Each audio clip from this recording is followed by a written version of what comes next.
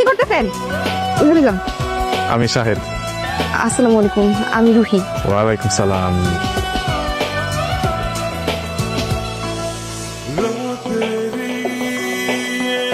আমি তোমাকে always feel করি। আমি আপনার সাথে ভালো নাই, কিছু আমার পায়ের কাছে আইনা দিব, কিন্তু আপনি আপনি সেটা কখনই পারবেন না। আপনি আমার সাইডা দেন বাস।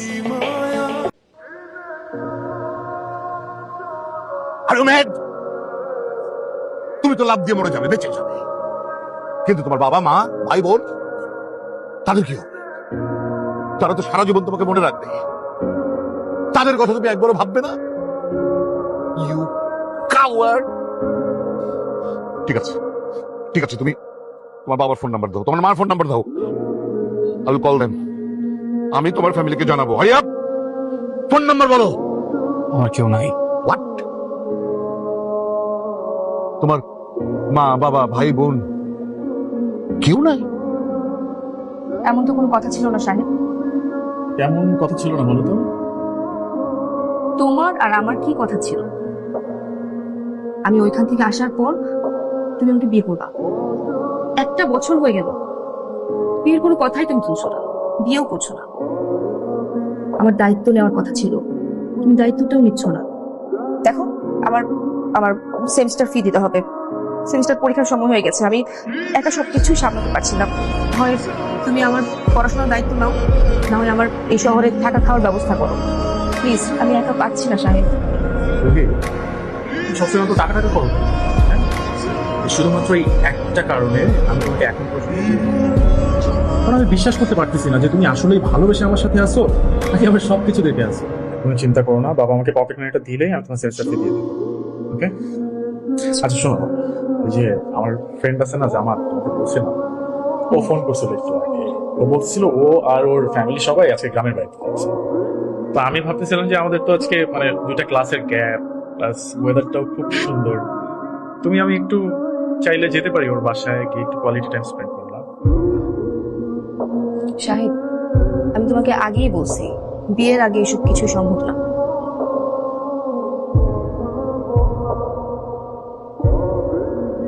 কি যেন নাম তোমার? সন্দেশ। সাইল্যান্ড। তুমি তোমার ফ্যামিলির অনেক আদরের, তাই না? একদম। তুমি তো অলমোস্ট কমপ্লিট করে ফেলেছিলে, এখন আবার এখানে এসে সেকেন্ড ইয়ারে ভর্তি হলে কেন? স্যার, খাল কেটে কুমির আনা তো মানুষেরই স্বভাব। এমন একটা স্বভাব আমার ছিল। কুমির চলে আসে আমার লেখাপড়াটার আরো শুরু করে। তোমাদের সবার নতুন ক্লাসমেট, নতুন বন্ধু। যদিও ও তোমাদের একটু সিনিয়র, তারপরও আমি মনে করি তোমরা সবাই ওর সাথে ফ্রেন্ডলি থাকবে। একটা ব্যাপার, তোমাদের মাঝে অনেকেই নতুন কেউ আসলে অনেক মজা করো, অনেক ঝামেলা করো। কাইন্ডলি ওর সাথে এমনটা করবে না, কারণ ওর ব্যাপারে কিন্তু ফ্যাকাল্টি হেড থেকে স্পেশাল মেনশন আছে। সাহেব, তোমাকে কোনোভাবেই ফোনে পাচ্ছি না। আমার আগামীকাল সেমিস্টার ফি জমা দেওয়ার লাস্ট ডেট। আমি এইবার যদি সেমিস্টার ফি জমা দিতে না পারি, আমি হয়তো পরীক্ষা দিতে পারবো না, হয়তো আমাকে ভার্সিটি থেকে বের করে দিবে।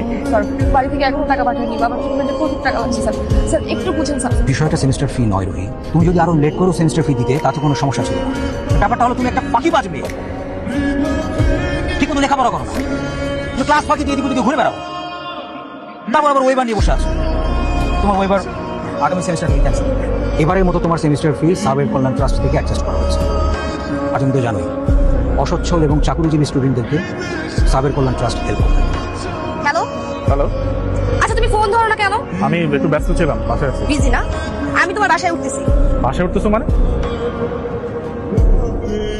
রুহি, রুহি বাসায় আইসো না, আমি বলতেছি ঝামেলা হয়ে যাবে, বাবা আছে। আমি আসলে শাহেদের ফ্রেন্ড না, গার্লফ্রেন্ড।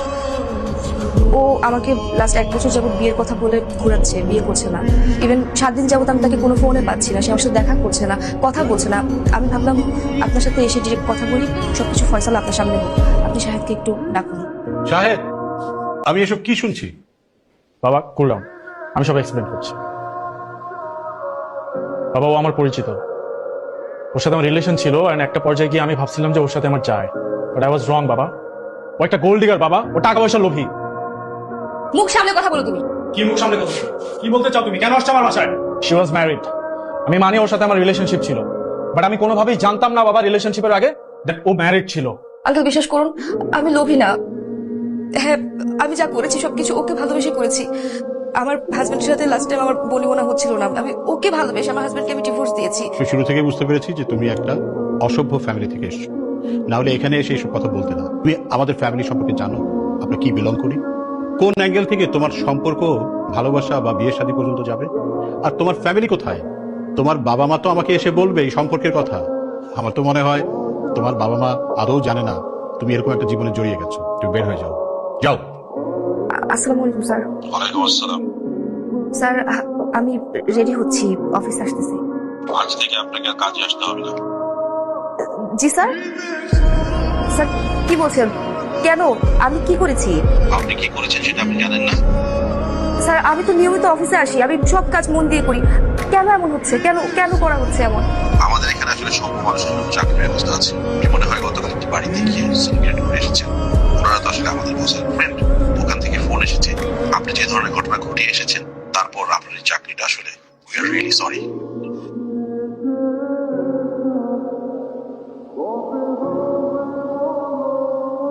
সালাম কুমার থেকে বলছেন? জি বলছি। আপনার চাকরিটা প্রায় নিশ্চিত, শুধু কনফার্মেশনের জন্য আপনাকে দরকার। আপনার কি একটু সময় হবে? আমরা আপনাকে মিড স্যালারি 15,000 দিচ্ছি, অ্যান্ড যাতায়াত খরচ এবং এভরিথিং আর সবকিছু মিলে আরো 5,000, 20,000 টাকা স্যালারি দিচ্ছি। কি বলছেন স্যার? আমি তো ফুল টাইম জব করতে পারবো না, পার্ট টাইম করতে হবে। আমি তো ভার্সিটিতে পড়ি, আমার ক্লাস থাকে। আমরা আপনাকে পার্ট টাইমের জন্য এটা দিচ্ছি। স্যারের সাথে কথা বলে আপনাকে আমি জানাবো। মিস রুহি, আপনি আসুন। সন্দেশ, আমি তোমাকে এখানে দেখে খুব খুশি হয়েছি। কি নাম আপনার? রুহি। রুহি, আমি কি আপনাকে চিনি? শিবন সাহেব, দেখুন আমাদের এটা তো রেস্টুরেন্ট বিজনেস, তাই না? এমপ্লয়ীদের ম্যানার থাকাটা ইম্পর্টেন্ট। আমরা কোনো ম্যানারলেসকে হায়ার করতে পারবো না। সো আপনি প্লিজ নেক্সট ক্যান্ডিডেটকে রাখুন। সরি, আপনার চাকরিটা হচ্ছে না, আপনি বুঝতে পারেন। স্যার কি বলেন? আপনি না একটু আগে বললেন আমার সবকিছু ওকে আছে, আমি তো ভেবে ফেলেছি আমার জবটা হয়ে গেছে। আপনি বলেছেন, আপনি বললে জবটা হয়ে যাবে, তাহলে জবটা কেন হচ্ছে না? রুহি, আমি কিন্তু আপনাকে একটু আগে আরেকটা কথা বলেছিলাম যে আমাদের এমডি সাহেব যদি আপনাকে শিওর না করেন, সেক্ষেত্রে আমরা আপনাকে শিওর করতে পারবো না, এবং আমাদের স্যার তো আপনাকে শিওর করেনি। স্যার স্যার বিশ্বাস করুন, আমি অনেক প্রবলেমে আছি, আমার জবটা খুব দরকার। আপনি প্লিজ একটু বোঝার চেষ্টা করুন।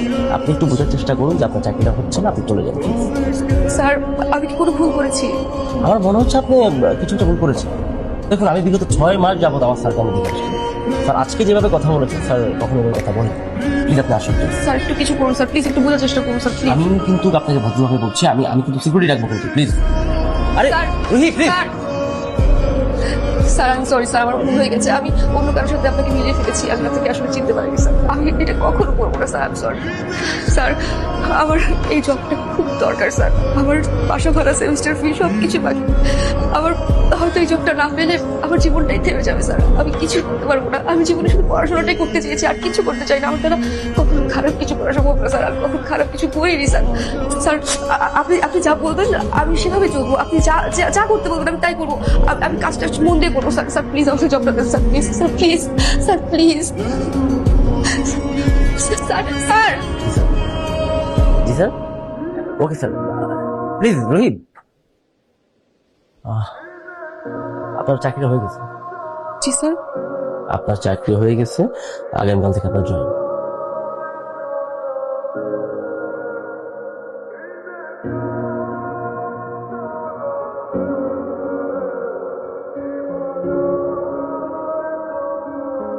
তুমি কি আমাদের স্যারকে আগে থেকেই চিনো? তার মানে ওই দিন তোমার কথাবার্তা শুনে মনে হচ্ছে যে তুমি স্যারকে আগে থেকেই চিনো। হ্যাঁ, আমি ওনাকে আগে থেকে চিনি। উনি আমার ক্লাসমেট, আমরা একই ভার্সিটিতে পড়ি, একই ক্যাম্পাসে আছি। ওনার পড়াশোনায় গ্যাপ ছিল, এখন আমাদের সাথে কন্টিনিউ করছে। আমাদের অফিসের সবার স্যালারি, বিলস গুলো আর আদার্স কস্ট গুলো সব বাদ দিয়ে 27 লক্ষ টাকার মতো প্রফিট আসছে। আর এখানে কারওয়াশ ডিপো, রেন্টাকার আর রেস্টুরেন্টের সব ডিটেল। তোর কাছে আমি হিসাব চেয়েছি। বাবা, এরকম করলে তো হবে না, তাই না?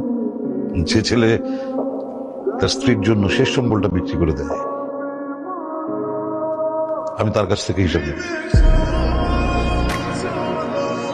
তুমি যে সন্দেশের কাছে এসেছো, সে তো তোমার কেউ না, সে আমার ছেলে। তোমার যে হাজবেন্ড ছিল সে তো ওই দিনই মরে গেছে। ওকে আমি নিয়ে এসেছি। আমি কখনোই চাইবো না আমার ছেলের জীবনে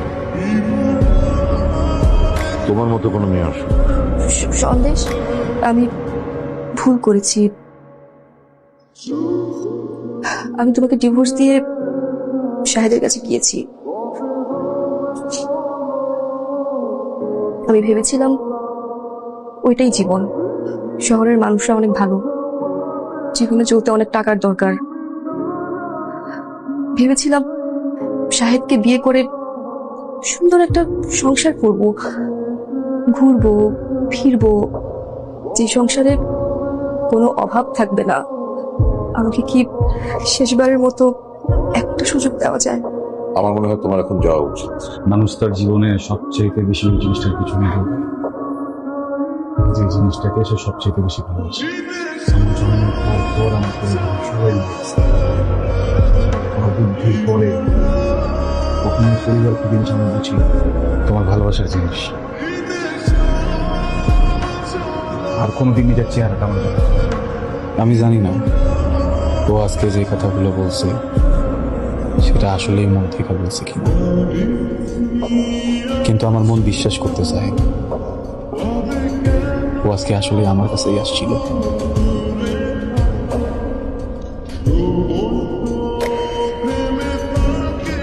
আমার মন বিশ্বাস করতে চায় ও আমার টাকা কেনা, আমার জৌলস কেনা, আমার এই ভালোবাসছিল। হয়তো বা দেরি করে ফেলছে, কিন্তু নিজের ভুলটা বুঝতে পারছে।